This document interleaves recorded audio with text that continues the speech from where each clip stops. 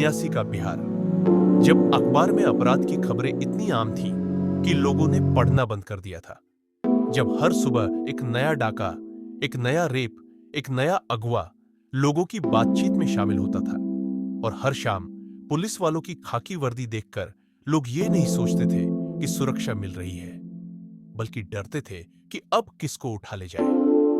भागलपुर, एक ऐतिहासिक शहर जो कभी ज्ञान और रेशमी कपड़ों के लिए जाना जाता था, अब सिर्फ दो चीजों के लिए बदनाम हो चुका था: अपराध और डर। यहाँ की गलियों में लोग रात 8 बजे के बाद निकलना बंद कर चुके थे। पुलिस की गश्ती गाड़ियों की आवाज सुनकर बच्चे सहम जाया करते थे, और बूढ़े माएं अपने बेटों को समझाती थीं कि अगर पकड़ में आ गए तो आंखों में पानी नहीं, तेज अब पड़ेगा। शहर में कानून था, पर कानून से ज्यादा हावी थी पुलिस की मनमानी।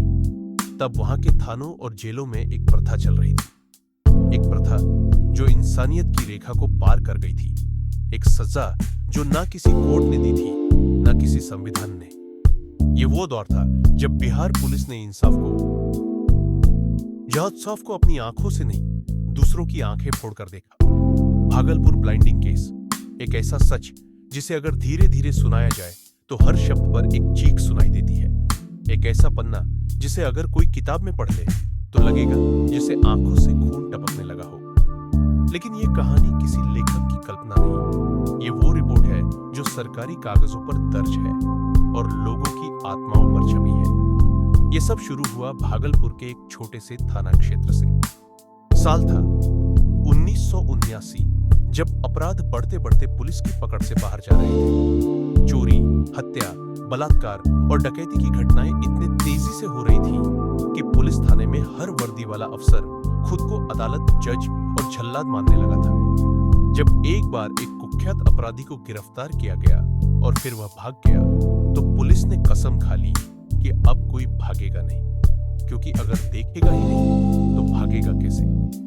यहीं से शुरू हुआ वो अमानवीय सिलसिला, जहां पुलिस ने फैसला किया कि हर बार भागने वाले अपराधियों की आंखें फोड़ दी जाएंगी। और ये फोड़ना कोई लाठी से नहीं, बल्कि एक और भी सस्ता और जानलेवा तरीका था: बैटरी से निकाला गया सल्फ्यूरिक एसिड। हाँ, वही तेजाब जिससे लोग जमीन की जंग साफ करते हैं, वही तरल जो एक बूंद में चमड़े को गलाकर राख कर देता है। उसे धीरे धीरे गिराया गया, एक एक पलकों को खोलकर इंसान की आंख में, और फिर जब चीख आई तो उससे दीवारें हिलती थी, पर वर्दीधारी सिपाही की आंखें नहीं। संजय मंडल, पहला वो नाम जो इस कहर का पहला शिकार बना। गिरफ्तारी के बाद उसे थाने में रखा गया। रात भर की पूछताछ, डंडे, और फिर सुबह उसकी आंखों में पट्टियां बंधी मिली। जब उसे अस्पताल लाया गया तो डॉक्टर ने पूछा, ये आंखों में क्या हुआ? पुलिस ने जवाब दिया, इसने खुद तेजाब पी लिया। लेकिन डॉक्टरों ने रिपोर्ट में दर्ज किया, आंखों में तेजाब डाला गया है, यह आत्महत्या नहीं हो सकती। उसके बाद एक के बाद एक गौरी शंकर, लल्लन ठाकुर, सिकंदर, 3, फिर 7, फिर 12, और देखते ही देखते 33 से अधिक कैदी, जिनमें ज्यादातर विचाराधीन थे।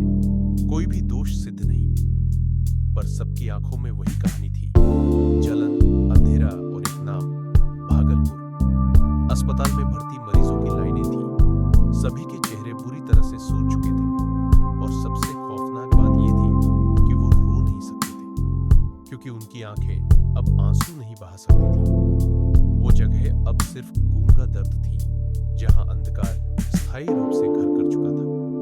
पुलिस ने मीडिया से कहा, ये अपराधी समाज के लिए खतरा है, इनसे निपटना जरूरी है।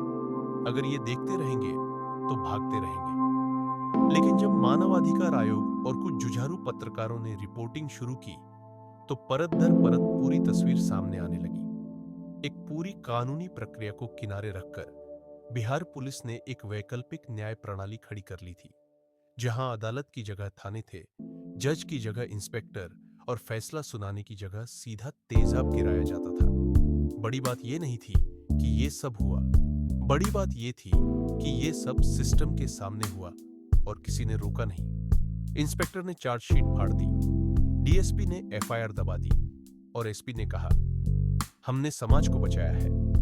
जब दिल्ली के सांसदों तक यह बात पहुंची तो संसद में बहस हुई। कुछ ने इसे पुलिस का विवेकपूर्ण अनुशासन बताया और कुछ ने कहा अगर भागलपुर के थानों में इंसानियत नहीं रही तो बाकी देश में क्या बचेगा।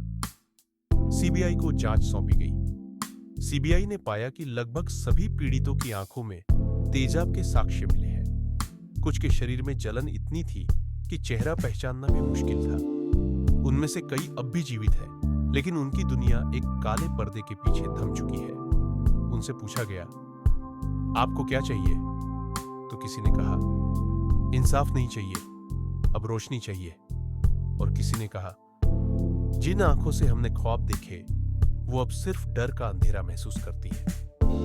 न्याय हुआ। कुछ पुलिस वालों को निलंबित किया गया, कुछ को छोटी मोटी सजाएं मिली और फिर समय ने सबको मिटा दिया। लेकिन जो नहीं मिटा वो था भागलपुर का वो जेल कॉम्प्लेक्स, जहां अब भी एक गहरी दीवार के पास एक नेत्रहीन भिखारी बैठता है